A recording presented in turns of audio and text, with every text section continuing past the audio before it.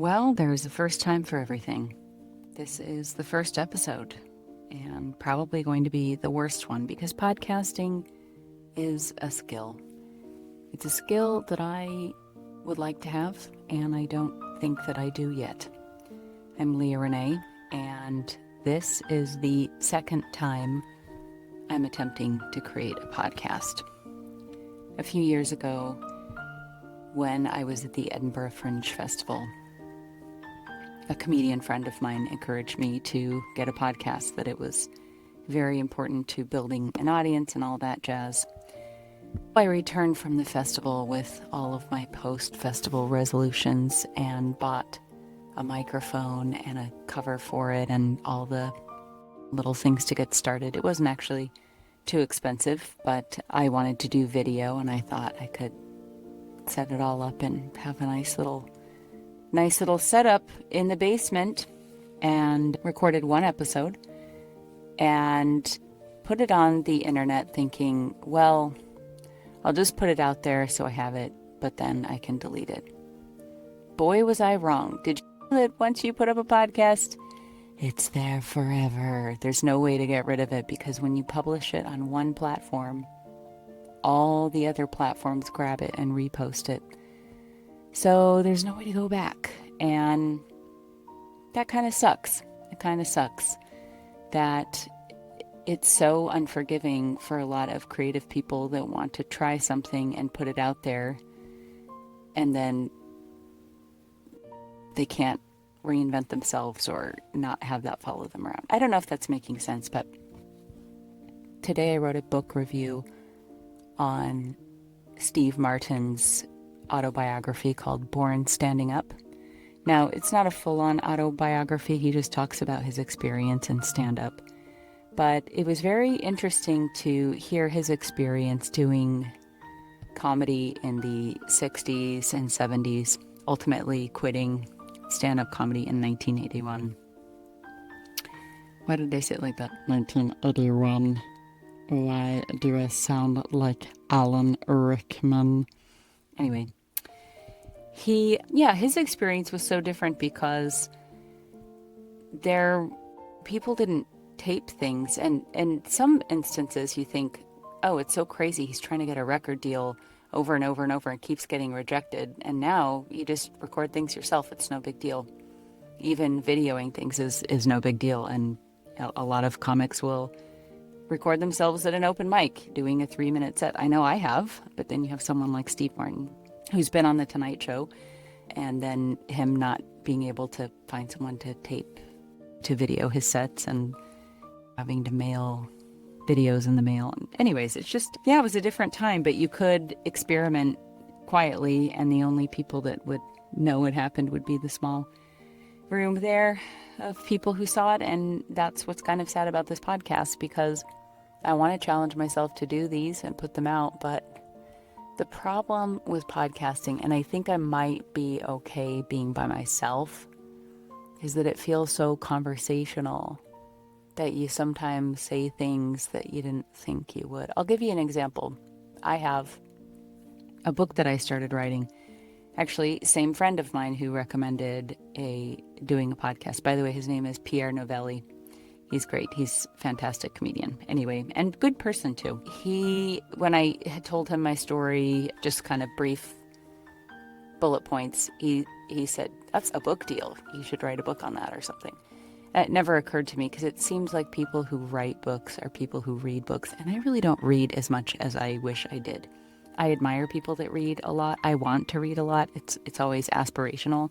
I have been pushing myself to read more, and I'm going to count audiobooks as well. I just listen to so many podcasts that are free that listening to audiobooks, anyway, blah, blah, blah.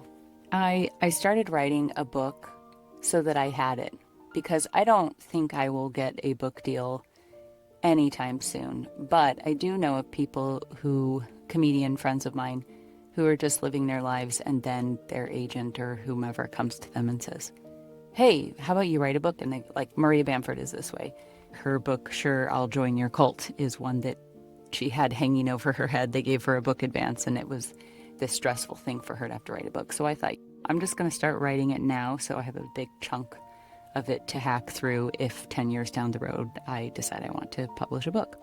I started that a few months ago, and I'm already at 300 pages, something like 90,000 words or something like that. And boy, I wanted to see what the recurring themes, right? Because it's sort of been like a journal that I've been writing, just memoir stuff, little things that come to my mind. I put the text in ChatGPT and asked it for summaries. And that's all of this tangent was because when you're on a podcast, especially if it's with a friend, it feels very conversational. I remember being on a friend's podcast and I was giving an example of someone that I knew, and I tried to keep it vague. But then I realized in hindsight, it's not so vague that if the person who I mentioned heard it, they would know it was them. And I went, oh, I want to delete that. Just because I don't think anyone other than this actual person would know, but they're such a private, embarrassed person that they would feel so stressed out, even though no one would be able to figure it out, except for them and maybe like their spouse or something. The thing with this book that I'm writing, I put it in ChatGPT to find themes and stuff that if I were going to put a name for this book, basically if people are going to ask me, oh, what's the book you're writing? I could just say a memoir, but how would an outsider describe it? And it was so interesting because these were all things that I wrote, but then ChatGPT was grabbing little chunks of text and mentioning things like, it's so interesting, your experience with so-and-so. And I'm like, how do you know about so-and-so? All of a sudden, this ChatGPT knew all these personal details of my life. And I'm like, yeah, that's what would happen if you published this book. And so I feel that way a little bit with this podcast is I think I'm an open person because I've never really been hurt by sharing any of my story. It's never been weaponized against me, I suppose. And so I don't mind sharing personal details about myself. However, when those details have to do with another person, your relationship to them, then it's important to be careful. Like, for example, my dad and stepmom are quite private people, and I think if I were to relate any stories of interactions that I've had with them, unless they're kind of funny family stories, like I played volleyball in high school, and when I would come home, I would do a play-by-play of how the game went, including rolling on the floor. They'd be okay with that, right? Because that's me talking to them. But if I shared a story about a conversation that I had with my dad or my stepmom that had any kind of emotionality or revealed a vulnerability in them, I think they'd be upset. And that's hard because I feel like I'm censoring myself. But at the same time, I feel like I'm being respectful of their privacy as well. I'm not sure how all of this will go. I'm not sure if this podcast will be interesting to anyone. The reason that I decided to finally do it myself was because I didn't feel like adding to the podcast space because it seems kind of wanky and presumptuous that anyone would want to hear from me specifically, that it's the world needs to know what I think. That's something I don't really like with the younger generation. I'm kind of Gen X millennial age range, and so this idea that everyone needs to know how you feel, I find kind of obnoxious. And so I didn't want to do a podcast that was just me. There are a few things that prompted me to do it, and one of them is, and I'm hesitant to even tell you who this person is because their podcast is so mesmerizing and gorgeous, and his accent is so much better than mine. And he has lovely music playing in the background, which I've already put in the back. I mean, I'm recording this right now with no music, but there will be music because I like it. I really like the just slow music underneath it. It's cool. I like it. Anyway, Blind Boy is the name of the podcast. He's this lovely Irish podcaster, and this is what he does. He just goes into his office and talks for an hour and lets his mind wander. And I know of podcasts like that. In fact, Bill Burr was someone that I knew who did that. And he mentioned that Bill Burr was the person who gave him sort of unofficial permission. He listened to that one. Oh, you can just go into a studio and just kind of let your mind wander. I guess that will be a genre, if it's not already, of podcasting. The, what should we call it? Stream of consciousness. Conscience. This is the one I struggle with. See, this is how I remember it. And always let your conscience be your guide. Your conscience is what Mormons would probably call the Holy Ghost. But consciousness is like... But see, then if someone's unconscious, stream of conscience. See, this is why podcasting is tough. Because it is revealed that I am an Egypt. I'm kind of dumb. And I don't like when people say that I'm smart. I'm very good at appearing smart. One of my big tricks is that I position myself close to people that are smart, and then I remember things that they said, and then I repeat them. But I didn't actually earn it. I'll give you an example. My husband will read classic literature, and then sometimes he'll share interesting passages, and then I'll remember that passage, and then we're at like a party, and I'm like, oh yeah, like in Mary Shelley's Frankenstein, the blah, blah, blah. And so it sounds like I've read it, and I haven't. I just remembered a quote from it. And I notice when other people are like this too. There's this quote that says, we don't see people as they are, we see them as we see ourselves. And so the people that I tend to criticize the most and be grumpy about are the people that have the same weaknesses and tricks and hacks that I have. And one of those things that I hate seeing in other people, because I know it's in me, is this, what am I going to call this? This like, kind of attitude about finding like the, that's right. Malcolm Gladwell has this.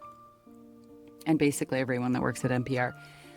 It's this TED Talky kind of mentality of finding something that's really interesting and then putting it, it's like life coach, Tony Robbins, Tim Ferriss. It's all those wanky people will store little quotes and be like, it's not the size of the dog in the fight, it's the size of the fight.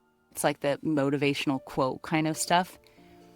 And I find people obnoxious that do that, and yet I love sharing a good quote. I've always been very into quotes. All the journals that I've had, okay, not all, right? But many times I will print off little quotes that I like, cut them up, and then packing tape them to the front of my composition book journal. I moved away from composition book journals a few years ago, and I now use a Rollabind or Levenger. There's also a company now called Happy Planner, but it's what I call a mushroom punch. So that is the planner style that I use now. And by the way, all this stuff will be on my website because this is, okay. Why don't we just get this out of the way with this first episode? So I have done a lot of different things before I got into comedy. And the remnants of the things that I did before are still in my possession. Rather than just doing stand-up comedy, I could bring other things that I have. I'll give you an example. I used to have a website where I designed planners and I gave them as free downloads. So dot grid planners, weekly view ones, radial style, bullet journal. There are all kinds of planners. That was like a fun thing that I did for a while.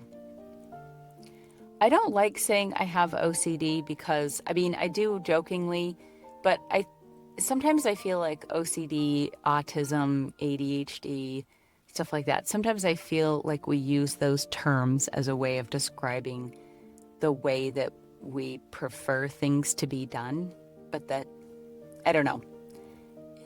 I struggle with it because I think it's nice that I'm organized, and I don't think it's a negative thing. And especially hearing other people that have it, it's like, yeah, why doesn't everybody keep track of their goals or something like that? I don't know. Brian Regan has OCD, and he's talked about it now publicly. Yeah, it's not like I have any like special insider information. But the negative sides of it, right? I guess it's like we sort of stigmatize OCD because the D is for disorder. But let's say someone is chronically lazy, and that definitely has its side effects, but we don't call it a disorder. I don't know if I'm making sense. But all of this is because, I'm saying all of this because I like to keep track of things. It's just fun. So there have been times I will post on my socials like my little chart that I have that I kept track of all of the shows that I did in a given year. So if I did an open mic, that one got I think it was a yellow sticker.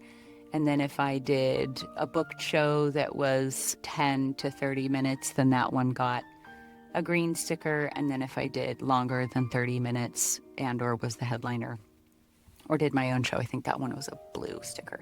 So it was fun. I had this little chart and it was fun to see all the stuff that I had done.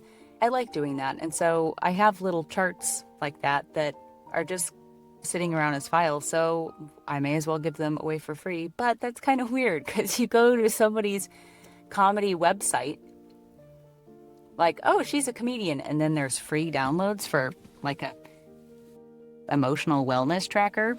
But I'm like, why not? Right? I have it. It doesn't cost me anything other than some time to upload it. But once it's uploaded, then people can just download it for free and I'm making the world a nicer place. I don't know. That's this whole thing now for me is who cares? Why not make my website crazy? So, okay. One of the things that happen with Instagram is that it has a really hard time with people who have multiple interests. This is such a big thing to get into, but I guess I'm trying to record a podcast. Hey, why not? I'm not going anywhere. I took a 6-month course on Instagram to really learn how the platform worked because it was very clear to me as a comedian that you would or would not be booked on gigs based on how many followers you had. And Instagram is the most universally used platform for people to promote their shows, sell tickets, things like that. I do not like Instagram. In the early days when it came out, I remember, I think it had been out for 5+ years, maybe. It's hard for me to remember exactly when. But I remember seeing an article that ranked the effect on mental health that different apps had, different social media platforms. And Instagram was rated the worst for mental health. This was before TikTok. It would have been before the pandemic. TikTok might be even worse. I don't know. The only one that had slightly positive benefits was YouTube, which I don't totally consider YouTube a social media because YouTube, you get people commenting on your stuff that usually don't know you. I think there are a lot of people who watch YouTube, but not a lot of people who have YouTube, if that makes sense. Whereas with Instagram, like am I making sense? Like you're a user. I know there's words for this, like closed platform, blah, blah, whatever. I never wanted Instagram. I silently and not so silently judge my peers. Again, we see people as we are, right? When I would see my Mormon mommy blogger friends posting pictures of them home baking bread with their children or whatever, it was like, bleh, eye roll, boo, who cares? Yeah, I didn't like the exploiting your children stuff about social media, so I never got it. And then in January 2022, I started comedy officially, and I found I could not get on shows without Instagram, not because I didn't have followers, but because I did not have an Instagram account. I could not request a spot on the lineup. So I had to get Instagram in order to sign up for certain gigs. Do I have to have it? No, but if I don't have it, I miss out on opportunities for stage time. And there are many bookers that use Instagram as a messaging platform for their shows.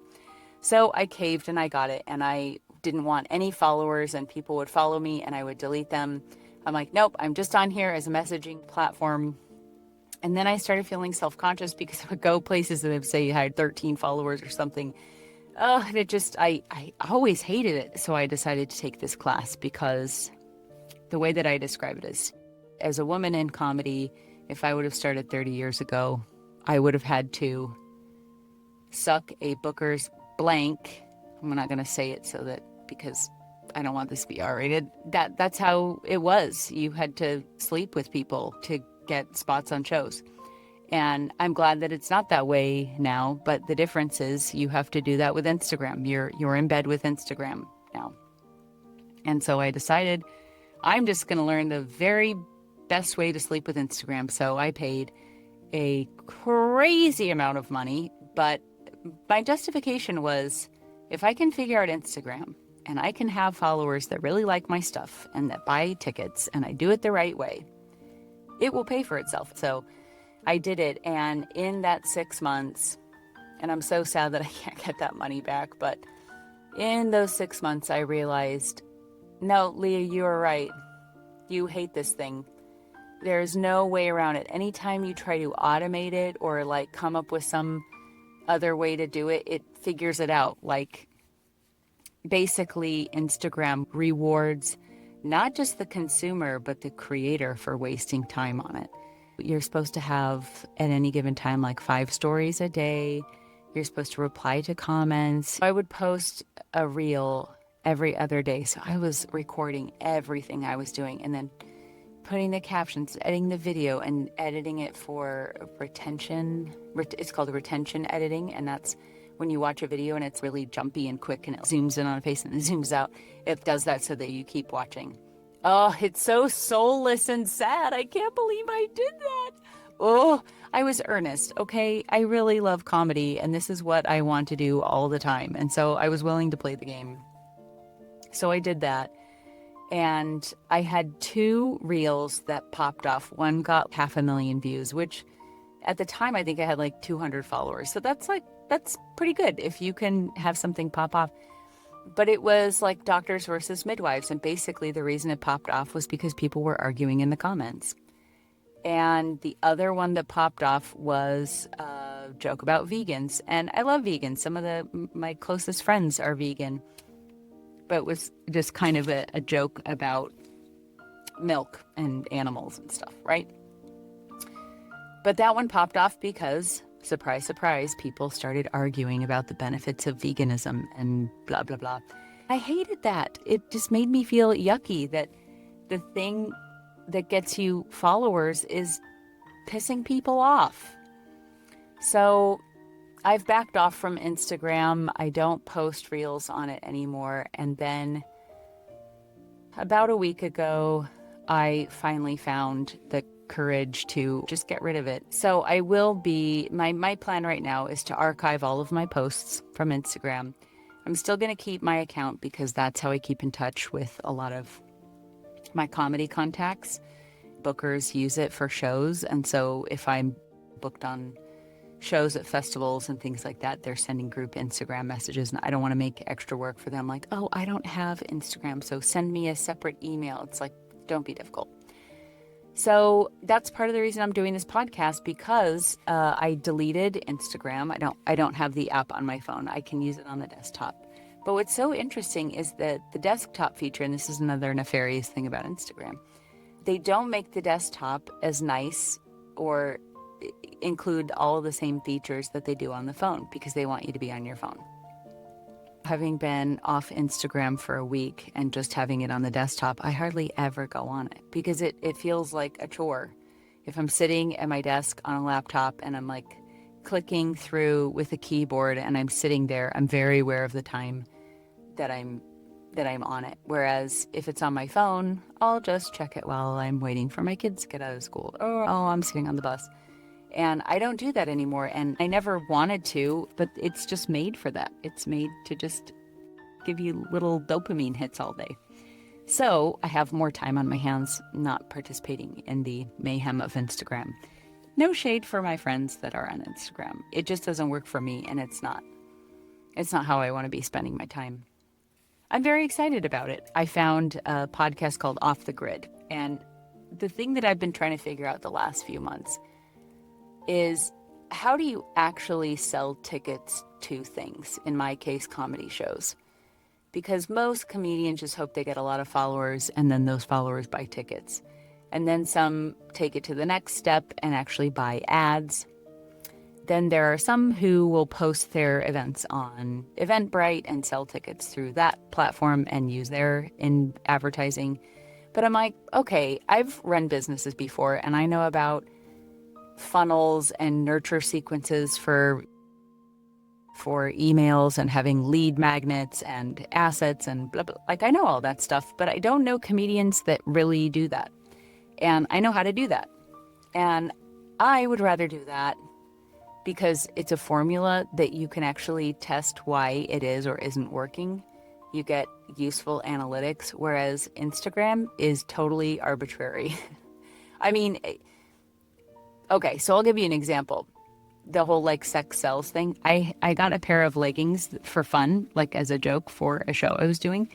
And they're printed and they look like you're wearing underwear and a garter belt and knee-high stockings. They look like sexy fun, but they're actually leggings, but they've been sort of airbrushed into look like you have a weird shaped booty. And anyway, so I got those as a joke and I put them on and I was looking in the mirror and I put up an Instagram story of those. So when you're just passing, if you just see the video quickly, it looks like I'm in my underwear, but they're actually leggings. So if you swipe back or you hold your finger down how are those leggings? Wait, are those leggings? Then you get more views. So basically, when you put up stuff like that, Instagram knows when people pause on a story or when they scroll back. And the more people scroll back and pause, the more people they're going to show it to. So that story that I just put up as a joke had 4 times the views of any story I've ever put up. Why? Because it looked like I was in my frickin' underwear, right? Instagram just rewards you for putting up car wrecks. I can't believe a dog would do that. And you're like, what would a dog do? It's such a dopamine crazy place. I've already complained about that. See why I need help podcasting, because I don't know how to shut up.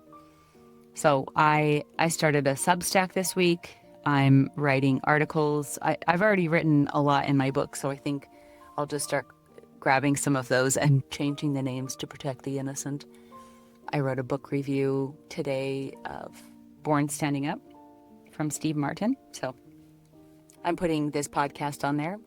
I really hope that I can delete it from platforms if I need to.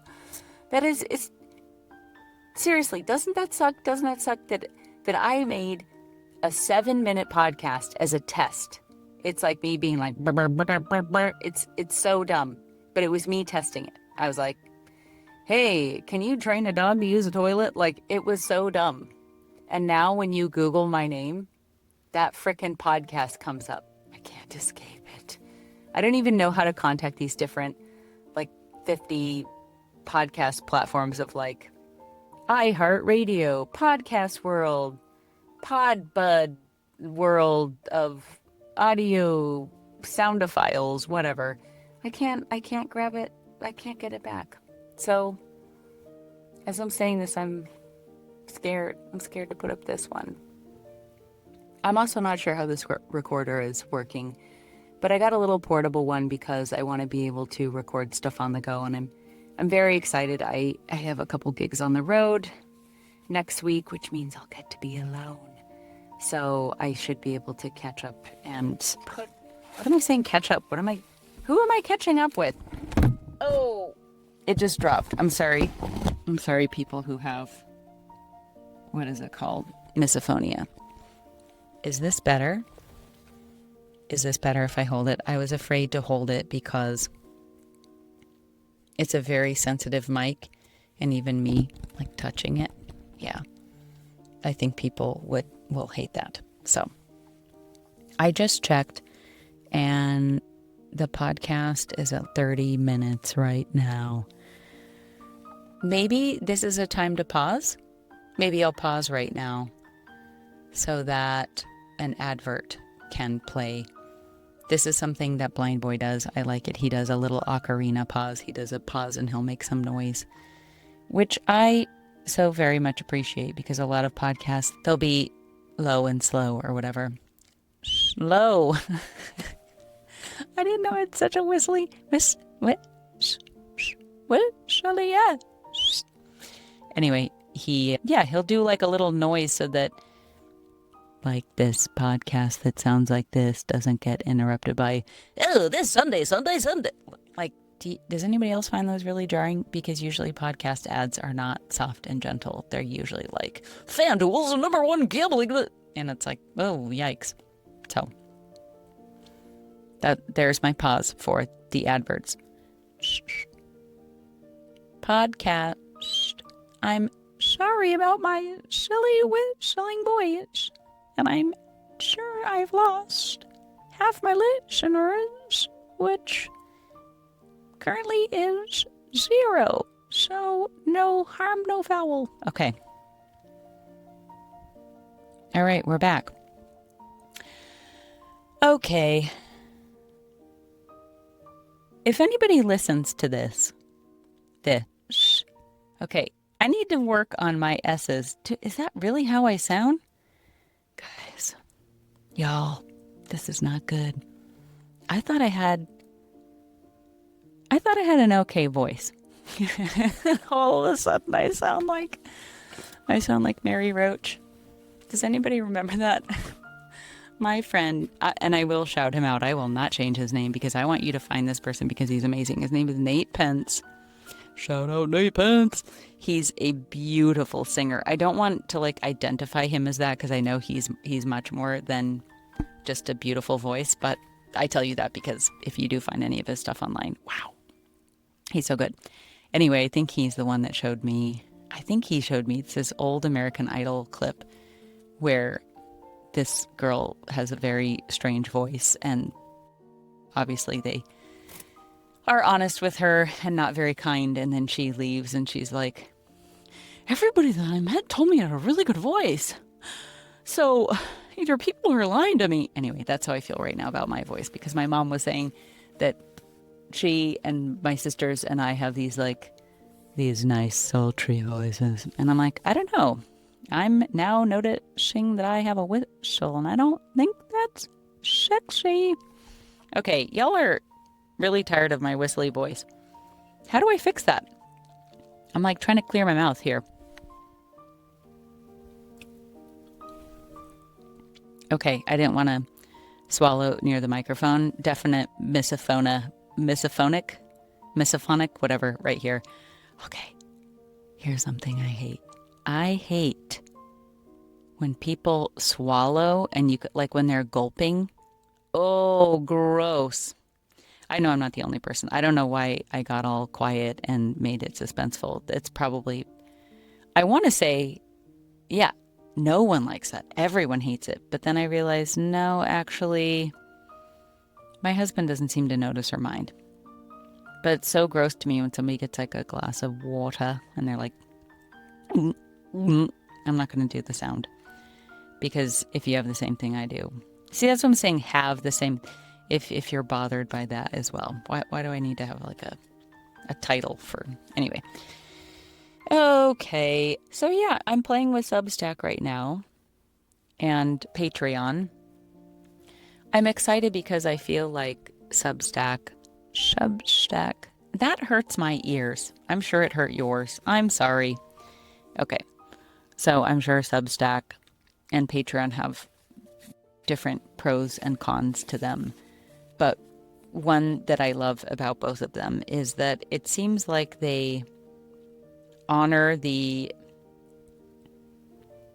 creator or multifacetedness of creating. And I don't know if what I'm doing is making sense. Okay, I'll give you an example. So I've been into the auto harp lately, and I really like it. It's fun. I like singing and playing on my auto harp. But if I put up an auto harp video on a social platform, the algorithm doesn't show it to anybody because it doesn't fit. I'll give you an example. In my manic phase of taking that Instagram class, I was also posting to YouTube, and then when I would post on Instagram, it would automatically post to Facebook. So I was posting essentially every other day on YouTube Instagram, and Facebook. I even tried Pinterest for a little bit. I was like, I know there's kind of nobody doing this, but maybe that would make like a big splash if I put stand-up clips on Pinterest. Maybe because no one else is doing it, there's no competition. Anyway, it didn't work, by the way. I think I got like 300 views. I have like 14,000 followers on Pinterest from my old design days. So I was posting all these clips and I was starting to get traction on YouTube. It was nice. I would do YouTube shorts, and with a clip being up, I'd get several thousand views within the first day or two, which was really nice. But then I tried to put up a meme or some character, like sketch comedy thing that I made, and it would not show it to anyone. YouTube's algorithm is very sophisticated, and it knows, oh, this person is not standing on a stage with a microphone in their hand, so we're not showing this to anybody. It was weird. I would put up a stand-up clip that was like okay, kind of funny, and it would get 5,000 or 6,000 views in 2 days, which for someone that has like no subscribers, that's pretty good. Then I would put up some kind of funny meme thing, and it would get 17 views. Like they would not show it to people. So and that's what happens when you are displaying your work on these platforms and you're using the feedback that you get from them to inform what kind of art you make. You start performing for the algorithms. And that's been one of the most promising and exciting parts about getting off of social media, is I feel really free to make whatever the heck I want. Because hear me out. Of course you're going to hear me out. It's a podcast. When you press play, we're like, I'm going to hear this lady out. I don't know if anyone's even made it to the end of this, but I'm just going to sally forth. Bare Naked Ladies, the band, started off as a comedy group. Did you know that? They started off as a comedy group, very funny, but they also did songs. And people really loved their music, and the feedback they got was, hey, you're actually really good at music. Have you considered just doing that? You're funny too, but what if you just did music? And obviously, you know how that went. That's why I feel okay spending all this time getting my website really nice and just the way I want it. And then being on like Substack, Patreon, all these different places where I'm just sort of playing with things, because I love making people laugh. I love doing comedy. I would love to do what I'm doing right now for the rest of my life. I don't really care if I ever do like Madison Square Garden or whatever. I feel successful just because I know how to win over a room of people with either jokes I've written or with the way I carry myself or how I interact with people. I love that. I've always loved doing that. So I feel happy and content. But I might find through publishing my things on Substack, through playing my music, I don't know if it makes sense that maybe Patreon is just my music stuff and then Substack is mostly my writing stuff, or to just post everything everywhere and see what does. I don't know. But I might get interesting feedback. What if what people really like are my covers of 90s soft rock on an auto harp? What if that's what people want from me? See, that would feel so sad to me, because I feel like any old wank can, especially covers. Covers are like the least creative thing. I do want to write my own music, but right now I'm working on my 3rd hour in a row of comedy for the Edinburgh Fringe Festival. So I'm working really, really hard on this new show. It's called Best Cult Ever, and it's a show that I made to explain to people why I left Mormonism, and it's an answer to a lot of questions that I get when I tell people about my Mormon past. So that's the point of Best Cult Ever. I want it to be really good. I want it to be thoughtful. I want it to be very, very funny.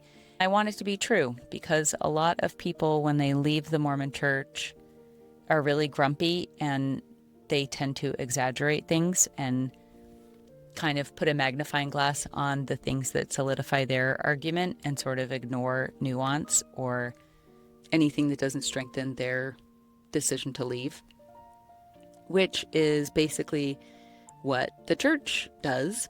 They put a magnifying glass on the things that will make you want to stay. And I'm trying to find that middle way where I explain both. That's actually something that I've thought about. I kind of feel silly that I didn't question more things about Mormonism when I was younger. A lot of people who leave it leave much younger than I left. They usually leave Mormonism, if they're going to leave it, when they leave the house, when they go off to college. I went to a Mormon college, so I didn't question it. I just went super hard in on it. So I didn't leave. And so now as an adult married with 3 children, I'm kind of like, man, I can't believe I didn't.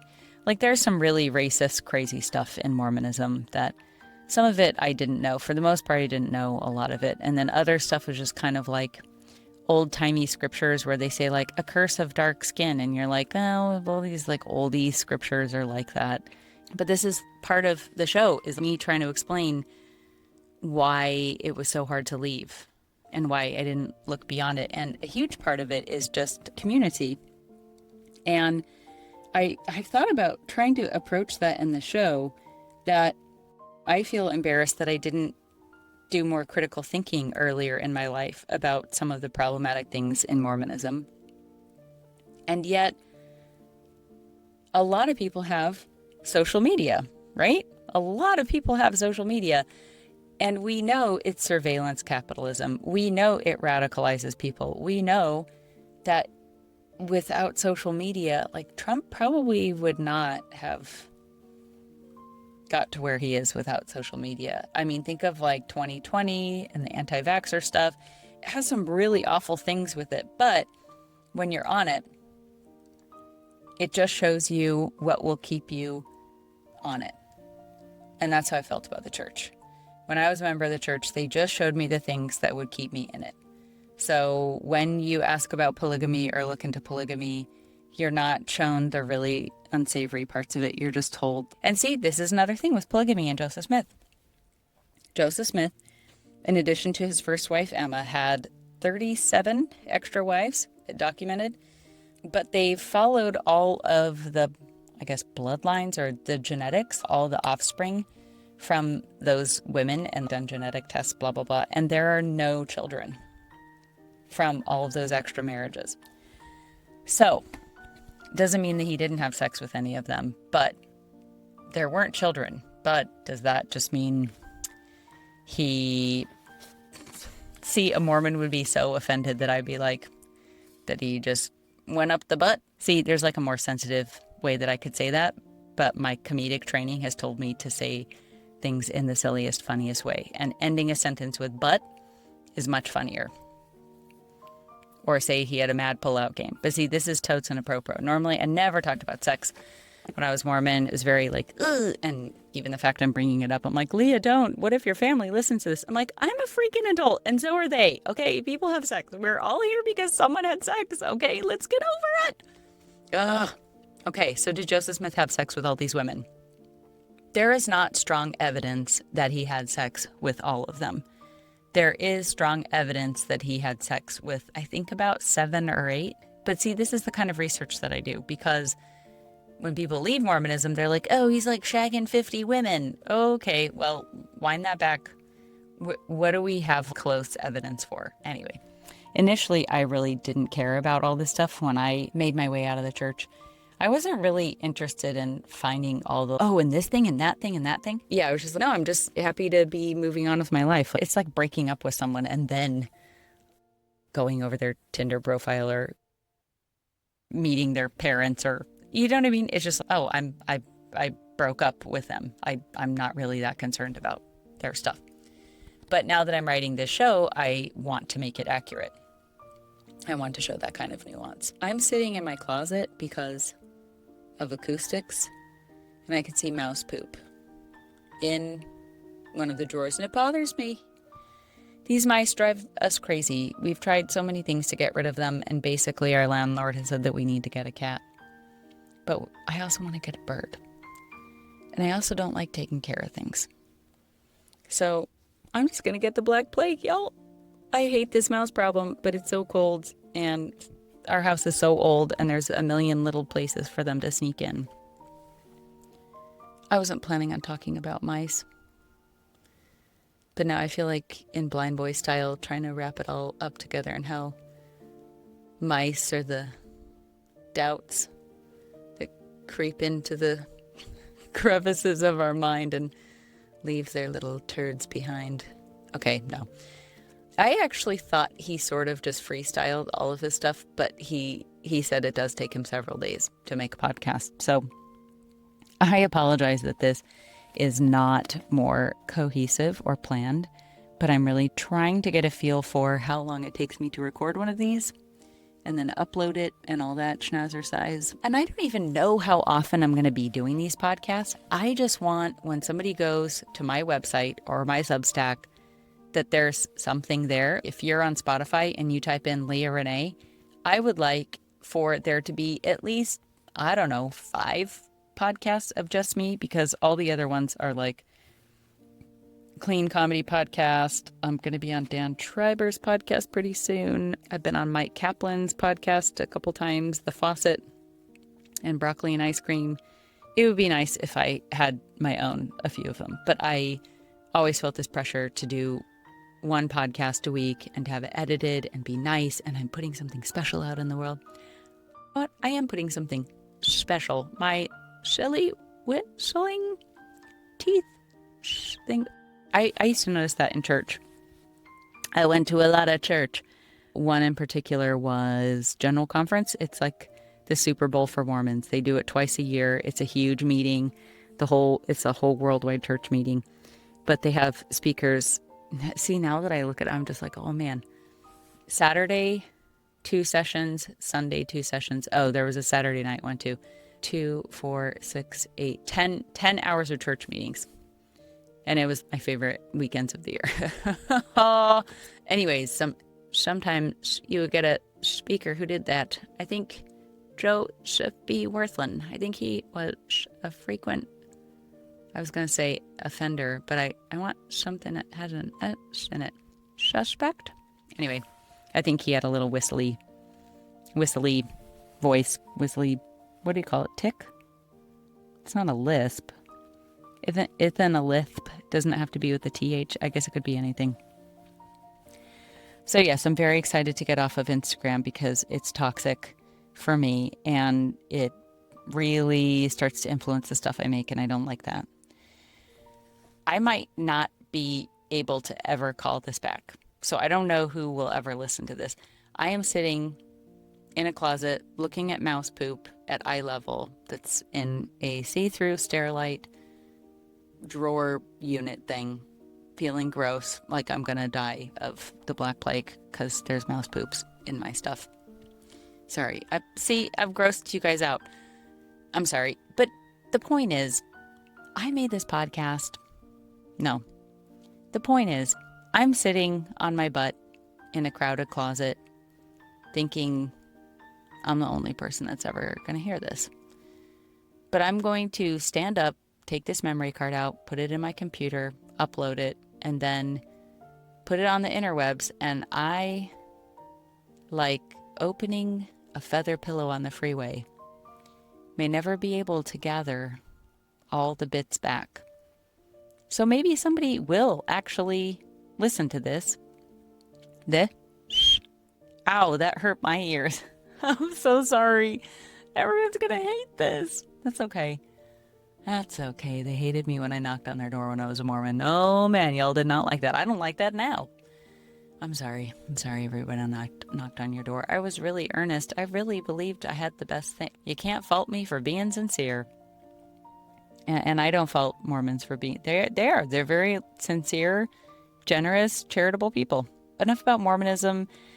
I'm just going to close by saying I hope that my experiment to get off social media is not detrimental for my ability to make enough creative pieces that people will start paying me for it to the point where I can not have the day job that I have. Shout out to the day job that I have. It is fun. Do not get me wrong. But I've been doing a lot more HR stuff lately, and I have a propensity towards it, but I don't like it. Like I ran over the employee handbook with 2 new employees yesterday, and it's like your throat gets all hard and it's like all serious. Like okay. This is what I hated about HR. I used to work in HR at another job. And what happened was I had to write so many emails and just the brain strain of trying to make it sound professional. I worked in like HR, benefits, payroll, all that kind of stuff. So I would send out an email, and the email, all I needed to say was, you need to turn in your health insurance form by Friday, or you may not have coverage for next year. That's what I wanted to say. Simple as that. But no, it's, dear Dr. So-and-so, thank you so much for coming to our health insurance meeting. In that meeting, we gave you a form. And it's the 3rd page of all employees must have a signed copy of. I mean, it was just like, oh, this is where I do like ChatGPT, because I'm going to say a swear word. Okay. I'm sorry. I'm going to say a swear word, but I'm a grown up and I can do that. I was updating our employee handbook, and I wanted to be like, don't talk shit about other employees. That's what I wanted to say. So I put in ChatGPT. What's a way of saying don't talk shit? And it gave me a nice list. I was like, okay, all right, ChatGPT, thank you for doing that. But, and I edited it because the current handbook said something like, we don't support toxic behavior. And toxic just sounds like such a millennial Gen Z thing to, like, epithet. Is that the right word that I want to use?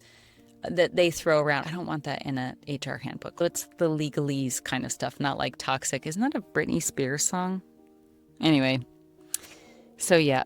Did you hear that? That was my stomach. That was a weird noise, y'all, and I hope that the mic did not pick that up. Another reason for me not to do podcasting. Maybe I'll just do a few. My dream would be, if I could swap with somebody, David Sedaris would be the person he's the person that I envy, because he gets to write. He has 4 different places that he lives, and he just bounces between them. I'm not saying I would want to own houses in those places, but I could just do Airbnb. He has a spot in New York, in the Outer Banks of North Carolina, the south of France, and a little village in England. Did I cover it all? New York, North Carolina, England, France. He might have one more spot. But I love that. I would love to just bounce between, just be in London for 3 months. And then, I don't know, go over to Croatia See, Croatia would be, if I was working. See, comedy is weird because you're expected to go up constantly. In fact, that's actually something that I realized as I was kind of getting out of it. They call it scrupulosity. It's a religious form of OCD. And I was so intense about Mormonism that when I left it, I didn't want to find a new thing to be intense about. I didn't want to become a hardcore Quaker or something. So I just kind of chilled out and didn't pick a new religion, but just kind of simmered. But then comedy just became the thing that I was obsessive about. And I would do 2 or 3 mics a night and just like boom, boom, boom, boom, boom all the time. And I've heard this on a lot of comedy podcasts that comedians get kind of scared if they don't gig enough that they're going to lose it, that they compulsively feel they need to go up every night or 3 times a week. And it's fun. I love doing it.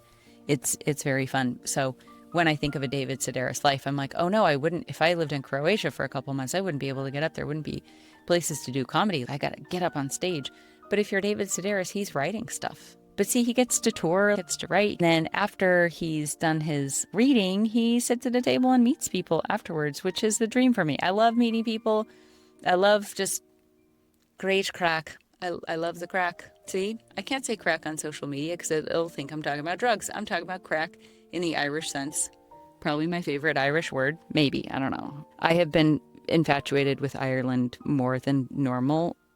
I'll do a separate podcast about it, but basically I'm working on my citizenship and my kids' citizenship. And okay, before I do that, I should know more about the famine and Provos and Ulsters and Bloody Sunday and Celtic Tiger. I need to know. I don't want to be one of those Americans that just fetishizes Ireland and likes their grass-fed butter and thinks that they all wear flat caps and stuff like that. Flat caps. This is a conversation I had with Irish comedian Eddie Malarkey. Top hats, flat caps, When you think of a leprechaun, what kind of hat? I mean, top hats, I guess. Never mind. I'm thinking Darby O'Gill stuff. What about like the people that talk to because leprechauns they're kind of weird, right? Because they're rich little tiny things. But the people that talk to a leprechaun, would they be wearing a flat cap? Would they be wearing a beanie? I don't know. These are things I need to know before I try to get my Irish citizenship. I'd also like to learn some Irish words. It sounds super hard. Every time I hear Irish words, I don't even know how to look that up. It's a pretty difficult old language, but I think it's beautiful, and I'd love to be around it more. I have used up my time, and I can hear that I'm not alone anymore, which is the number one barrier to me doing a podcast, is trying to frickin' find some place where I'm by myself. I have looked up podcast spaces. I've looked up co-working. I've looked up this is what I'm saying. I wanted this door to just open to me. When I felt the urge, I just wanted things to fall into my lap, and it's been months and months and months of me sitting on this and trying to figure out how to do a podcast. And I did it, and I shed a lot of S's in your ear. And when I put this out, I don't think I can take it back. So in closing, I'm Leah Renee. If this podcast has the option to subscribe to it, then that'd be nice. I've heard that helps.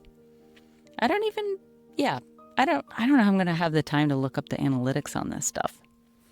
Do you know I've never looked up my Uber rating? I don't really use Uber. I walk everywhere. But occasionally, because I live in a big city with crime problems, if it's after 1 a.m., I'll usually take it. Like 1 a.m. is kind of my cutoff. But I don't even know what my rating is. So if I haven't even taken the time to look up my Uber rating, I don't think I'm going to look up how many people subscribe. I don't really want to know how many people, if I end up doing this podcast. I don't want to, it'll hurt my self-esteem. Or if it's a lot of people, then I will become insufferable. I'm like, looks like all these people didn't mind my squeaky shiz. All right. Well, this has been episode 1 of Leah's podcast.